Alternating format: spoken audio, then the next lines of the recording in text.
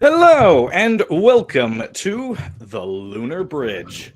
I am Lugbzurg, the very varied guy, and I'm just testing the waters right now. These moon waters. Here with my first guest, Nick of the Phoenix Press. Hello there. I was wondering why I was seeing smoke on the water. Now, I can't blame me for everything. There's still all these, I don't know, rabbits and cheese to deal with. Yeah, I'm just wondering why the smoke is kind of a deep purple color. But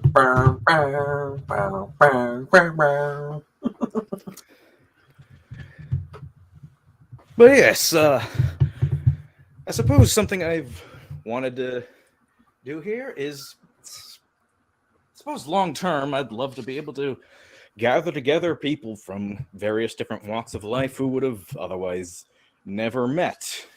Gotta start somewhere here.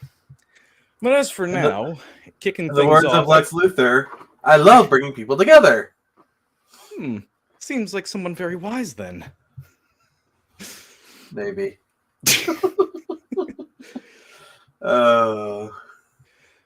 Yeah, but yes. So I guess what I want to do kick off here, since I've been trying to think of multiple different topics that could potentially kick things off, but then I realized what would probably be the best way to start, especially since a lot of things seem just a little too negative. I wanted to build upon what I had said by the end of my last review, where I talked about ISOM. And for those who haven't seen that video, by the end I started talking about how in decades past it was quite normal for there to be big new IPs just coming and swinging, and now we get just lots of reboots, remakes, sequels, and all that. And sure, you can certainly argue that, yeah, there's still plenty of new things being made, and there was lots of sequels, reboots, remakes, even in those decades past. But I think it's really more like the perspective shifting on that. Yeah, because people remember more now. From a purely comics perspective, really there hasn't really been the last big breakout new comic was literally The Walking Dead back in 2000. In the 90s, you had a few of them. Like, sure, Spawn kind of broke out a little bit, and you had a few more in the 90s. But like the 80s was really the last decade for like new good comics and characters. But like the 90s hit, it kind of slowed down to a trickle, and then by the 2000s, it was all but gone. And that's not even talking about the desert. That's the 2010s. Oy vey, yeah. Lots of legacies now. Yeah, you see the same thing reflected in movies. Like it's like past 2007, everything became reboots and sequels and adaptations. Sure, you'll get like an original movie here or there, like Pacific Rim. Oh my god, I love Pacific Rim. Oh man, that was why I even like highlighted it in the video, because I remember even when that right when that came out, this was that was like nearly 10 years ago, and even then that was just the talk of the town when that film came up. Like, whoa, suddenly there's this blockbuster film that's the completely original IP on this kind of level with like Guillermo del Toro and this big budget, and why don't we see this so much anymore? Now here we are 10 years later and it hasn't really changed. But the problem with Pacific Rim, the first movie's amazing. Yes. But it didn't really do that well in the box office. Okay, I remember I actually won 2 free tickets from a radio contest for IMAX, and then went to go see an IMAX. Like, oh, we canceled the IMAX, but we have a theater showing you can go see. And me and my friend were the only 2 people in the theater. Now, granted, this was an afternoon showing, but still. And the film was out in 4 weeks. Like, it was 4 weeks and it was out. And this was like back in 2012. Where films kind of stuck around a little bit longer usually. I mean, even nowadays, films last because, and then like the sequel was meh at best. Like, it was just so soulless.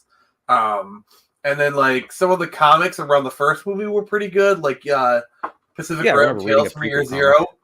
Yeah, Tales from Year Zero, I think it was. That was actually a pretty good comic.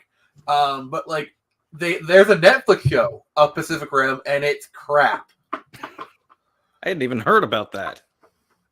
Yeah, it's like some kids, they're out in the wasteland or something. It's just like, oh my god. What an ironic turn of events. I think the biggest problem with the sequel is one, Benicio del Toro didn't do it, and also it was kind of like one of those like sequel boots kind of thing where it's like it had new characters, but it had some of the old characters for continuity, kind of like Jurassic World or The Forest Goes Back to Sleep. You know, the movie's so boring. The Forest Goes Back to Sleep. And similar to what you were talking about with cinema film being cut short, I remember I wanted to see 9 when that came out in cinemas back in 2009, and I had planned to see that on Halloween, and my local cinema said that it was going to be staying up well past that point, and then like a day or two before. It was removed. They canceled showings of it, and I was going to see it on Halloween. But yeah, like as I was getting in the in that ISOM video, yeah, I started talking about how that was people were a lot more willing to explore uncharted new IPs, as I put it. It was exciting to discover the new, and now we've just kind of reversed on that, where now there's just such an overabundance of content, and at any given day there's just too much to filter through it all, so we just kind of our own more or less survival instincts kick in against us, and we just end up gravitating towards something that we recognize, something familiar. Yeah. We just feel more safe. And that, we need to go back. We need to explore more. We need that excitement to take hold, that desire to see this new stuff. It really needs to kick back into high gear like it was in the 80s or so. Well, there is this concept called choice paralysis where when a person is confronted with too many choices, they're just like, It's like on Netflix where it's like you have so much good content, yet the average person just watches The Office for like the 1,000th time. It reminds me of what I'd heard from like a Japanese perspective on open world games, where like saying that why open world games are much more popular in the West than in the East for the most part. I mean, you got your like Gravity Rushes and Sonic Frontiers and whatnot, but yeah, like I remember seeing someone Japanese talking about how the reason why there isn't so much of these types of games in Japan as compared to the West is something about like prioritization, and like how, if I have the choice to go anywhere and do anything, then I'm just gonna do nothing. Something like that. I'm paraphrasing a bit. Well, the biggest problem with open worlds facing today is it's not really choice paralysis. It's really really antithesis to the very idea of open world itself, where a lot of open worlds kind of feel samey. I mean, just look at any Ubisoft game, like the whole Ubisoft Towers concept, or like how every open world game is like a checklist of things to do and things to collect. It's like, like you play GTA, you play Assassin's Creed, you play Days Gone, you play any of these open world games.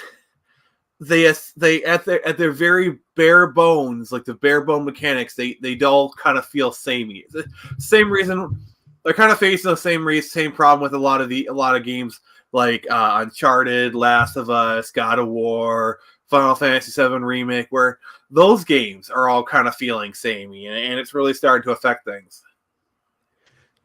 Yeah, I guess you could say that's what the whole collectathon platformer genre has mutated into. Donkey Kong 64 is haunting the industry. I I mean, well, if anything, it's the collectathon. We're having the collectathon. It is very prophetic, because like collectathons, it's also why platformers aren't really as big as they were, because like the whole platformer concept got literally dug into the ground by basically the 2000s, and the same thing kind of happened to the collectathons. Like I'd say, like I mentioned Donkey Kong 64, which I otherwise enjoy that game, but yeah, there is too much crap to collect, and it was kind of like the herald of the end times, so to speak, for the collectathon platformer.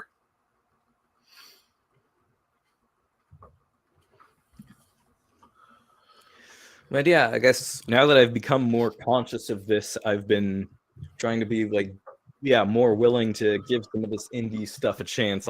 I've gotten a lot more into comic books, indie comics lately. So I've pretty much any of the money that I would have spent on when I used to want to see more Disney films and whatnot, that's kind of burned out, and now I just kind of allocate that budget. I used the right word. No, actually, yeah, you did use it correctly. You were right the first time. Yeah, allocate that kind of budget over to let's try these new things. Indie comics, great for finding new ideas cheaply. So there's a bit of a safety net there. But being able to try a bunch of stuff. I'm excited to see what comes of the likes of Terror in the Trenches, Reaper Destroyer, a few other things. That's also why I like at the end of my videos, I've done. I guess I've done it for the last 5 videos now, but especially important for since I put out my first indie comic review is I was inspired by Arcada from Glass Reflection.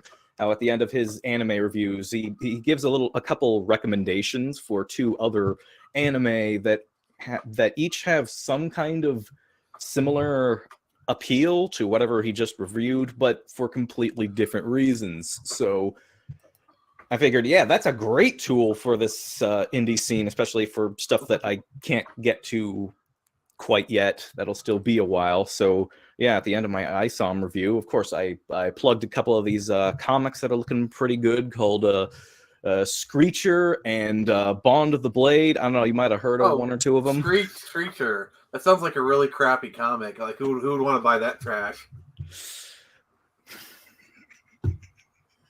Whoever came up with that name's got to be a freaking idiot.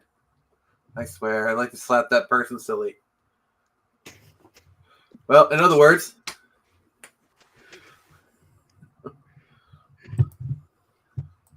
you can't see me, but I just slapped myself silly. Oh, you didn't create the name, I did. So why are you slapping yourself? Stop hitting yourself. Stop hitting yourself.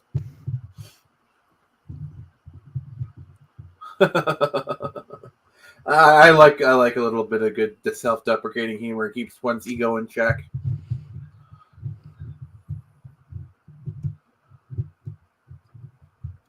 Oh, I always say, if you can't make fun of yourself, what gives you the right to make fun of other people?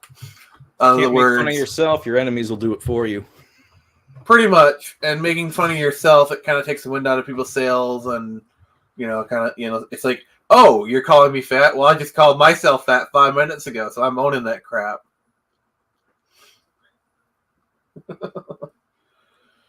Yeah. Well, in that case, what do you think are some of these new IPs you've seen in the last couple of years or so that I think it's great, that deserve to flourish more, be seen more? What needs to be highlighted? Well, definitely this like Screecher comic you mentioned.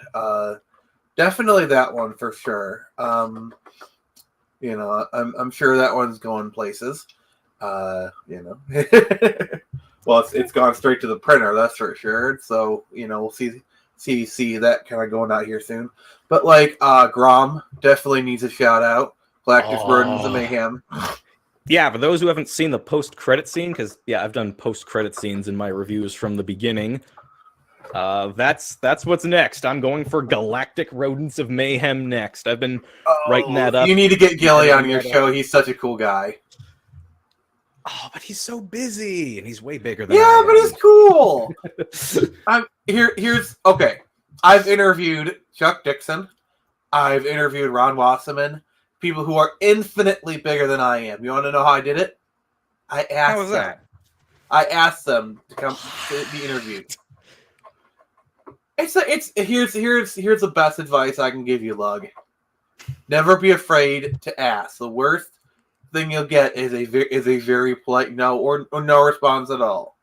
There is no harm in asking. Okay, so literally, ask Todd McFarlane to be on your show. He probably won't respond, but you never know. Ask Eric July to be on your show. Like, actually, I could see him doing something. You know? Oh, dang. I gotta thank him personally because he's Ask pretty much the him! reason I got back to working on Gaiden Chain. Like honestly, I think you should hit up Eric July, ask if like you can do an interview or something, pre-recorded, or it'll probably have to be pre-recorded because like you're a really busy person. But like I have a feeling he might say yes because he seems like the kind of person to give back in that regard. I'd say, and it's like this. Just ask. That's the best advice I can give you because, like, the worst that'll happen is he either doesn't respond or he doesn't say no. You're not gonna lose face. You're not gonna, not gonna negatively impact you. My philosophy is when there are no negative consequences to doing something, you might as well at least try. Yeah, I guess this is seeming quite a bit familiar. This is pretty much what happened a few years ago when I started working on those Serious Sam videos, and I was almost done with the first one, and I just kept feeling this nagging feeling. Ask John J. Dick, the voice actor of Serious Sam, to do a few lines for these videos. Just ask. The worst he could do is just say no. That like exactly. Don't allow it. Exactly. It just kept nagging at me and was just about finished with the video. And like, you know what? I'm gonna give it a shot. I went and I looked up his contact info. I looked up multiple tutorials on how to write a business-ish email as professionally as possible. You put in the work and it paid off. Yeah, I typed it up. I sent him a request about it. Tried to be as professional as possible and everything. Eventually, I noticed I had gotten a reply. John J. Dick. Oh my god! Yeah, the real voice actor of Serious Sam. Those weren't some voice clips that I cobbled together in my video. That he actually did that. But yeah, at the time. Oh man, I was just a nervous wreck from just beyond belief. I can imagine. Must have been like the rush you felt when you opened up your email and like you saw you had a new email from him. Like, oh, yeah, it must have been like an hour before I finally clicked on it. I was just way too nervous to even click on it. I just spent an hour almost hyperventilating, dawdling, putting it off, just. Pathological, irrational fear of something until eventually, after about an hour, I just kind of accidentally noticed the preview text where it shows the first few words, and the very first word was sure. And at that point, it felt like 4.5 tons just got lifted off from me. I just I love that more than I thought I had air in my lungs. It was such a good feeling. It all worked out. Yeah, John J. Dick is like really nice, really friendly, really professional. He made the whole process so easy, and I would just love to be working with him more professionally in the future. Yeah, you're working on any kind of indie project. He's like he and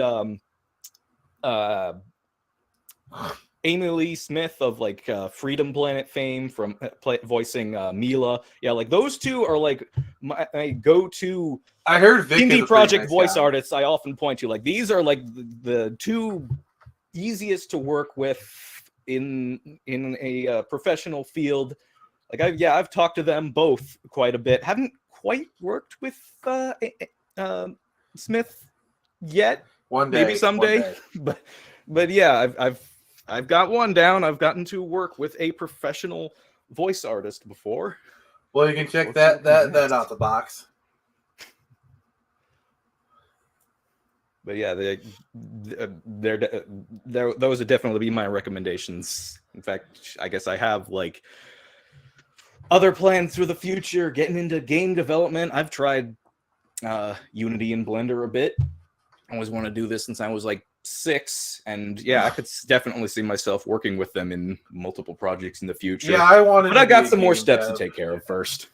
Yeah, I want to be a game dev at one point. In fact, if at one point I was even going to college for it, but that didn't pan out. The best I did, I was part of an indie game team for like an indie Dreamcast game, and that didn't pan out. Like that's most of my game dev experience. I want to get into animation, like I kind of want to do like kind of like a Ruby kind of thing where it's like you do like a 3D animated kind of show and put it on like YouTube or something. I think I want to do like a kind of like a tokusatsu, like a Power Rangers-esque kind of show. I even have like the whole story for it all. Oh, absolutely! I've got one of my own projects like that in mind. Yeah, it's like in this story, it's like a Power Rangers Super Sentai kind of show, but then like I have the story written out where I can spin off into like a Kamen Rider style show and just kind of go from there. It's actually not bad. At one point, I was even considering turning into a comic book, which it'll probably be the form you see it in. But yeah. Start with that. You'll have way more leverage to make that proper show or film after that. Yeah, it's probably what it'll be. You can definitely leverage more creative control on top of its just actual existence. Yeah, that's probably what it'll be, honestly. But yeah, so I mean, I've got so many comic projects in my head, on paper, or written out. It's kind of sad, honestly. Yeah, I've been that way. I had a bad habit of just daydreaming about how cool this stuff that I'm gonna make is gonna be in the future, and just kept that in the future as that vague in the future sentiment, and didn't really put any deadlines on myself. Now I'm paying for it, but I'm better late than never. I'm picking up the pieces. I am so close to really putting together my first professional indie comic, finally making the shift. Well, welcome to the club. Web comics. Yeah, people who've been on Smack Jeeves might remember me. I know the creator does. But yeah, there's been some illustrators that have shown their interest in working with me. It's my first time trying to do this, so I'm still trying to. First one's always the hardest. It gets easier. Trust me, friend. Yeah, I'm not trying to ghost y'all. I'm just new is all. Sorry, I'm a little. Yeah, trust me. I there's a reason why I don't like doing open. I guess talent calls would be the right word. I wanted to say casting calls, but it's not really casting. But like, there's a reason I don't like doing open talent calls. I prefer to just either get recommendations from other professionals or just seek them out myself. Because, oh my god, like trust me, even I like. They're hard to riff through because like you got to type out the same things over and over and over again. It's just like a lot of just circling around. A lot of them don't even pan out. It's bad. And I think I have been able to narrow it down a little, but yeah, things are going slow because I'm still trying to figure out how to vet a bunch of complete strangers. Because yeah, pretty much like all other illustrators that I do have any kind of connection with, I guess they're either already like severely booked and or more than likely outside my current price range at present. Yeah, that's the other issue that I run into because like I don't really have much money to throw around, so I do the best I can. I mean, luckily the artist I work with, he's reasonably priced and great to work with, so I struck gold there. But yeah, it can be kind of troublesome, and then you get like the whole like, I'm looking for an artist, here's my budget, and you're just being sincere about it, And then you get a reply like, "Oh, this is too low. It's insultingly low. I am an artist." And then like half of those replies are like, "Oh, I'd love to work at that price." So it's like you're frustrated, but then it's like you're like, "Oh, they're like, oh, it's just such a toxic thing." I don't like doing public calls just for that very reason. Yeah, I guess I tried a little bit of all of these manual checks, the public casting call. Some people have tried giving me a few recommendations, but I guess it's mostly led to just more strangers. Yeah. Well, you're welcome to use my artist. I pointed him out on Discord, and he even kind of expressed some interest. So he's pretty cool. As far as like looking for artists, probably my best advice is places like Reddit. Twitter is good. Facebook, and also Fiverr is actually a really good source of talent for me. Fiverr is also another one where like you got to kind of dig a little bit, but you can kind of just window shop a little bit till you find the people you want. Plus, Fiverr is really good because if the artist skips out on you, you can actually get your money back fairly easily. So there's kind of a layer of security there that I like. Yeah, one of the artists I talked to had mentioned that because, like, yeah, I had talked about how, yeah, it's really tough trying to vet all these total strangers, considering, yeah, I haven't even started officially, and I've already heard plenty of these take the money and run horror stories with people. Oh, it happens on both sides of the equation. Let's be honest here. It happens on both sides of the equation. Like artists skip out on money, and then like the creator skips out without paying the artist. It literally happens on both sides of the aisle. So it's not a artist issue. It's not a writer issue. It's not a creator issue. It's a hole issue. Is how I like to put it. Yeah, it reminds me when I was a teenager trying to get my first job. I must have spent about 2 years everywhere I could within walking distance, just putting in job applications over and over and over again. And meanwhile, in high school, I several of my classmates I'd heard talking about how they got a job, and then they just quit a week or two later because they thought it was boring. I'm like, I can't even get one, and you just threw away. You just so casually throw away every chance you get. Why? This is why I can't get any work. But I did eventually. It was quite convenient. It was just a minute's walk from my house, so that was a good place. Oh, that's nice. Yeah, it kind of reminds me of my first job was like a dishwasher. It was like a... That was mine too! I'm sure we can kind of compare notes. The diner that I worked at was such a crap show. Because like 2 or 3 months in, and they literally fired all the dishwashers except for me. And then they brought in these foreign... like the husband and wife team. They barely spoke any English. I guess they were like the brother and wife, like the brother and the brother's wife of one of the cooks or whatnot. I mean, they're decent enough people. Like I didn't really have anything against them personally. Like they're obviously they're a language barrier, but they were never like outright rude to me or anything. But it was like I'm the longest serving dishwasher. I worked there for 8 months. It was. Oh, yeah, that was, some stories.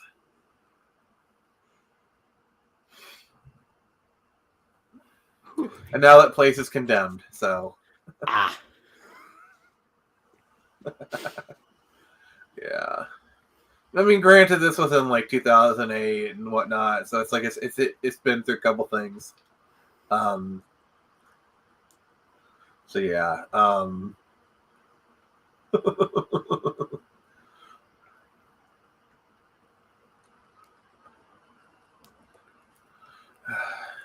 The way I always say it, it's like everything has its reason, honestly. Sometimes that reason is you did something stupid or didn't do anything at all.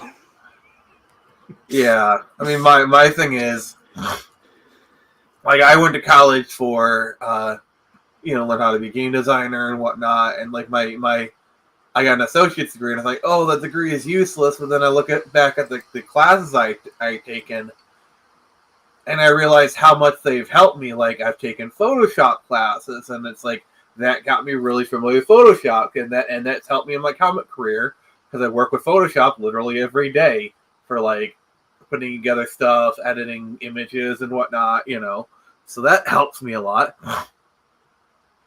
Wow, the crazy thing is I've done these like tokusatsu style videos with all these special effects, explosions, green screen stuff, and I'm not so sure I've ever even touched Photoshop this whole time. So, seeing as how you're also a fellow tokusatsu fan, what's your favorite Kamen Rider? I have no idea because I haven't really actually watched any of these. I've been thinking of getting into it, like something like Kamen Rider Black or Kamen Rider W looks pretty cool. Like that. Okay, both are good. Like this genre looks awesome. I gotta check this out. I mean, what tokusatsu have you watched? Like none. That's the thing. I'm like thinking like this genre looks so cool. This looks like something I'd be into, or at least like the whole tokusatsu Sentai kind of thing is probably more what people are thinking of. But like I guess the other day I actually saw that that Bollywood film. So like, that basically seems like an Indian tokusatsu film. Like it's all this. So missing is the armor. Here's your crash course on tokusatsu. Tokusatsu literally means special effects filmmaking. It's a pretty wide genre. Like Godzilla is tokusatsu, and in Japan, Doctor Who is considered tokusatsu. Like Iron Man would be considered tokusatsu in Japan. Probably say that's tokusatsu. I mean, there are subgenres. Like there is the kaiju subgenre, which is where you get like Godzilla, Gamera, and then you also have the Henshin Hero subgenre, which is where you get like your Sentai, your Ultraman, your Kamen Riders, That's more what I was thinking of. Yeah. So as far as the Henshin Hero I am a big Kamen Rider fan, and Black is good. They actually did like a recent reboot called Black Sun. You might want to check out. As far as Kamen Rider series, Kuga is good. That's the first of the Heisei era. So you'll see a lot of terms thrown like Showa, Heisei, Reiwa. It goes off of the reign of the Japanese emperors. So the Showa era ended in like 89, 90-ish. Kamen Rider kind of ended with Black RX, which was like a sequel to Black. Though they did do some Kamen Rider movies in the 90s. The Rider movies of the 90s are often looped in with the Showa era just because it's easier. Plus, like, they have a lot in common with the Showa Riders. Heisei started in 2000. Common.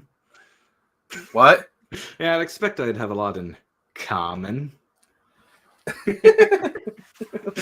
So, what's funny is common actually just means like mask. That's why when Black RX came to the U.S., they called it Masked Rider because that's literally the direct translation.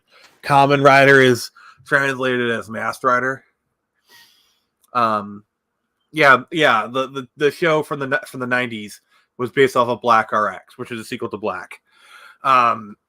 Anyway, so I recommend Kuga, which is the first part of the Heisei series, which ran from like 2000 to about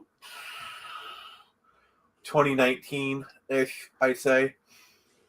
And then Heisei is kind of divided into Heisei, Neo Heisei. That's more of a fan designation because like Heisei is the first 9 is like Kuga through Decade, which Decade was like 2009. Then after Decade is W through ZO. That's like Neo Heisei. It's kind of like a different like tone. And then the Neo Heisei era is a lot more focused on like the collectible gimmicks. Like towards the end of Heisei, they're starting to kind of do that more. But like, the Neo Heisei era really big in overdrive. See here. Fives is my favorite. Some others I recommend is Ryuki. Kiva's cool because that's like a vampire Kamen Rider. Which I kind of feel like Kiva might be up your alley. Deno is more slapstick. W is good. Drive is also really good. Did you ever watch Magical Madoka? Yeah, Puella Magica? Yeah, Magica Madoka. Yeah, I've seen that. I remember It's like it's like a dark magical girl series. yeah, The yeah, I've writer seen of the writer of that anime wrote Gaim, Kamen Rider Gaim. So Oh, yeah, it's Kamen Rider Gaim. It's like this really crazy series where like it starts off like, oh, it's like they're fruits and they play these games, but it gets dark so freaking quickly, and it ends. It gets all biblical on you. It's just so serialized. Like, oh my god, you'd sounds love like Gaim. Simple Gear. Yeah, Yeah, you Simple Gear is should one watch of the Gaim. last things I would have expected to have biblical stuff in its lore. Yeah, you really should watch Gaim. Like literally at the end, the main character becomes Fruit Jesus. I don't even know how to visualize that. Just VeggieTales? I'm gonna send you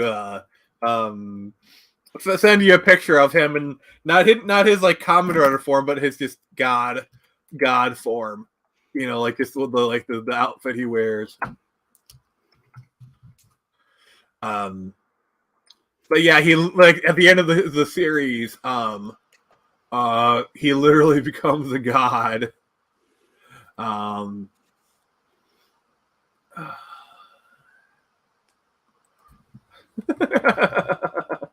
Yeah, and it's like him and another person, literally roll over like a Garden of Eden kind of thing. It's I'm digging up a picture. I'm going to send it to you on Twitter. You know, Twitter private message. You can kind of just look at it, and then you just see it and be like, yeah, that's that. This is okay. Yep. All right. So I just sent it to you. Check out your Twitter DMs. That's how the main character looks at the end of the series. What? With two bodies or what? I mean, no, that's like the love interest of the series. Oh. I don't know. With everything you were describing, two bodies wouldn't surprise me. Oh, you might be thinking of W, which is like two people becoming one Kamen Rider. That's a really good series. And then they did the anime Futo Pi, you know. Yeah, but yeah, I guess I even have a tokusatsu kind of script I'd love to get off the ground. Trying a lot of new things lately. I've been tired of just the daydreaming. I got to get more used to actually starting, and yeah, today was definitely a big step. I've never even live streamed before, at least not like hosting. I've been a guest a few times. I didn't even launch a test stream. I just kind of dove in, and Nick was happy to be my guinea pig. Yes, I am thy test subject. Please take the needle out of my butt now. All right, we're gonna need to find another spot. How's your ear? But then I won't be able to hear your nasally tones. You only need one ear.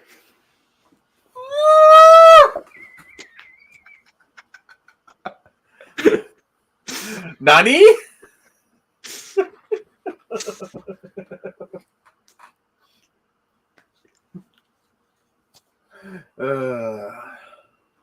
So what kind of inspires you? Like, what inspires you to create? Like, what sort of like what do you say some of your biggest inspirations as far as like creators, shows, like anything really? Well, I guess I'm trying to get some new comics out in a manga style, and I suppose it was largely the works of the artist Shie who pretty much indirectly kicked everything off, like, you know, for illustrating some comics like Owie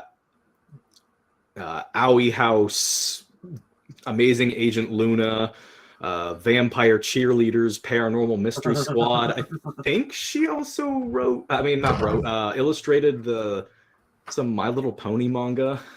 Can't remember all the rest that she's worked on, but at least those 5.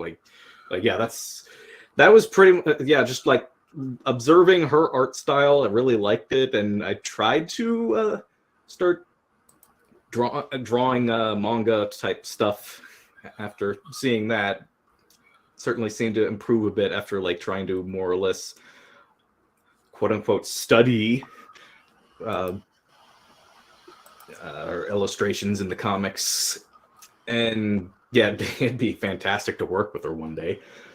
It's really hard to get a hold of. I could not find any kind of contact info whatsoever, which is basically how mangakas traditionally are. Yeah, plus there's a whole language barrier, you know. I'm assuming they're Japanese. I actually have no idea. Just the name. I have no idea what this person looks like. Just the pen name Shie has worked on some American comics in the manga art style. But yeah, I would love to work with Shie one day, but I gotta get some. All right, let's kind of go down that rabbit hole. What other artists would you love to work with someday?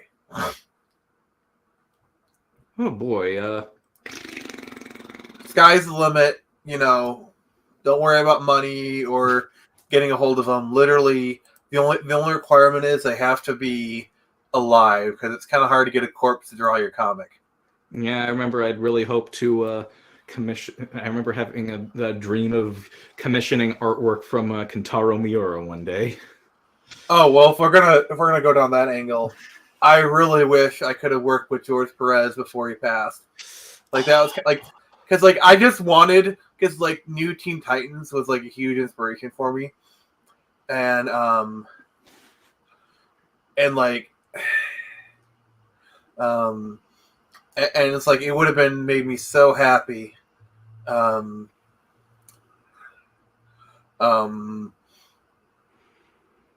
To have like George Perez do my character, like that would, like you know, it would be like, you know, it'd be like I'm trying to think here, like like let's I'm trying to think, like obviously you create a character that's inspired by a certain character that runs the characters, and then you have that artist do those characters in your style. You know, it's for example, like I would love to see Screecher done by Bruce Timm. Oh my god! Oh, yeah, I guess I don't like, because like Batman the Animated Series. Batman the Animated Series is such a huge inspiration for Screecher.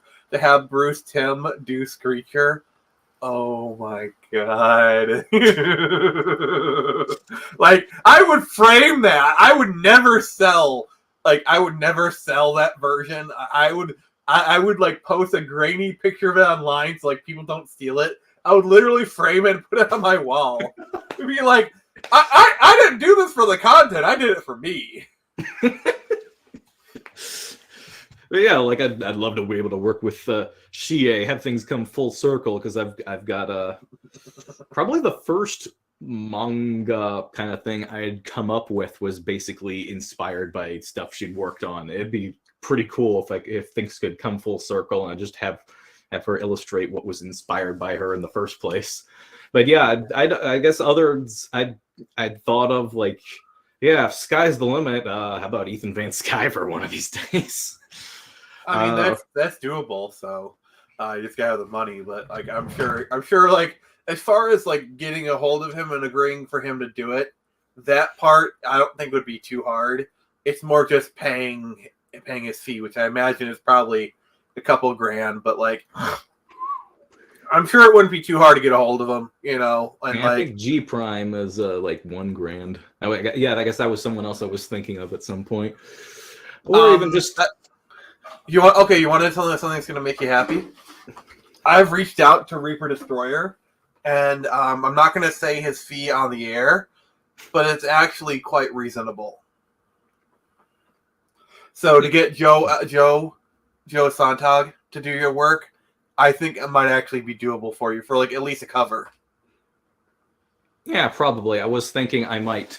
Because, yeah, like, there's been multiple illustrators who've shown interest, and my first project, I fear several of them are probably outside my price range, at least for the interior work. Also, But yeah, but multiple variant covers, I could probably do that. I highly recommend reaching out to Xevious.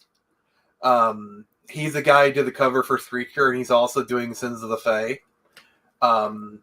So, I mean, I know you like the cover for Screecher. So, like, and he does amazing work. He is a joy to work with. Like, my God, that man is professional. He's patient. He's so understanding and compassionate.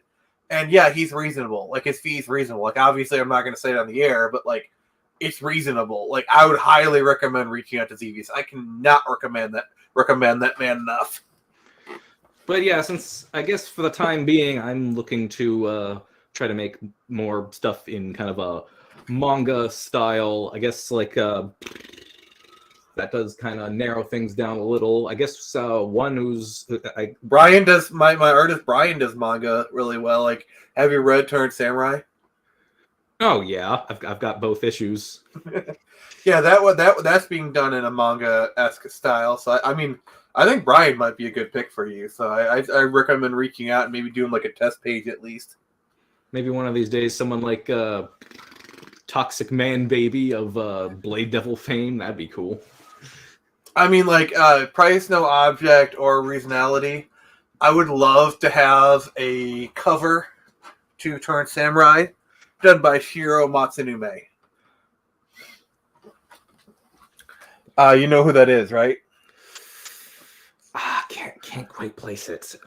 You'll know what he's done. He's done the manga for a kind of a small cyberpunk comic. You probably never heard of it, called Ghost in the Shell. Oh. Also, he also did Appleseed as well. Like, because like I'm actually planning on releasing Turned Samurai in like a manga format. So for that cover, I'm definitely reaching out to a manga artist, and I'm going to get a manga style cover made for that version. So you're planning to do things kind of like One Punch Man or Infinitale Chronicles? How there's like these two side-by-side versions with different art styles? No, well, it's going to be the same art style, just like different formats. Like, so basically for Turned Samurai going forward, I'm trying out a new kind of like art style with this one. I'm going to do a special edition called Blood and Steel, which is like black, white, and red. Like, I've kind of shown some pictures here and there about my intention. The regular black and white version, which will now be in grayscale, is still going to be available. But when it comes time to do the collected version, because like what I want is I want to do a manga, and I'm going to try and get it into Barnes and Noble. And the thing is, if I'm in Barnes and Noble, if they're in Barnes and Noble, the person picks up on the shelf, they're going to look through it, and I want them to look through it and be going, "Wow!" So the Blood and Steel version is going to be the standard version for Barnes and Noble. And I'm going to put it in a manga format, so that way, when they're stacking the shelves, they put it in the manga section and not the comic section, because manga is kicking butt right now, and I want a piece of it. So that's basically my long-term plan with Turned Samurai. 5 issues are going to be volume 1, and then going to collect it into like a collected version. There's going to be 2 major formats. There's going to be the trade, and then there's like the manga version. And then within there, it's like black and white and blood and steel. That's basically the difference between them. But that's pretty far down the line. Right now, I'm just working on issue 3. Oh yeah, I'm going to need that on my shelf too. Oh yeah, I'll probably do like a blood and steel box and whatnot. That's going to be like a major collector's edition. But like, yeah, because like I've been doing these collector's editions and people have been liking them. But like I want to for this go around, I want to make sure the collector's edition is really worth it. So not only is it going to have like exclusive art, I think I'm going to have an exclusive cover for the Blood and Steel edition. So it's going to be a new cover for the $100 collector's edition, and it's going to be like black, white, and red art inside. So it's really going to be worth it. And then I'll probably have it spot foiled as well, like the other two. So it's going to be well worth $100 again this time. So yeah, you're probably going to like it. But yeah, Turn Samurai is it's at the printer, so just kind of waiting on that, and then kind of just slowly getting issue three going. So that's kind of the updates I got for you.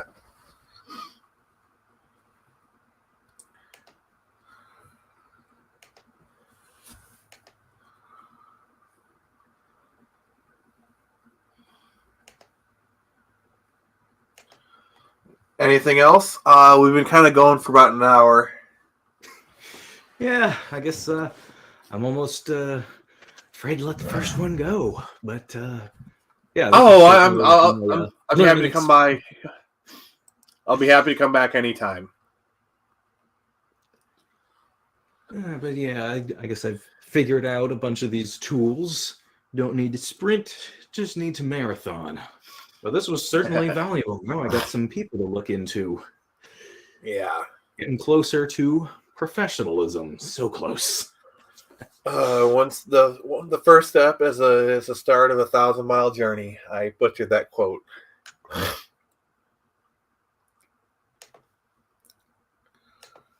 But yeah. So thanks for having me on.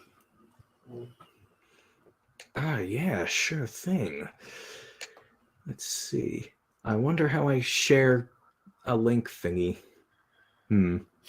Still. You copy it and then put it in the comments. Oh, but it's already in the comments. No, it's in private chat.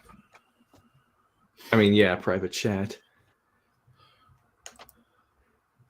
It's all good. You don't have to worry about it.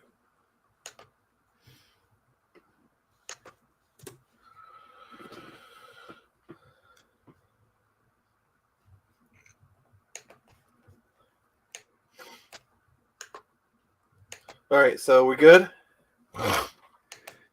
Yeah, I think so. This was a valuable learning experience. Thanks for joining me on my first step. All right. All right. Farewell, everyone. Let's try and create something new.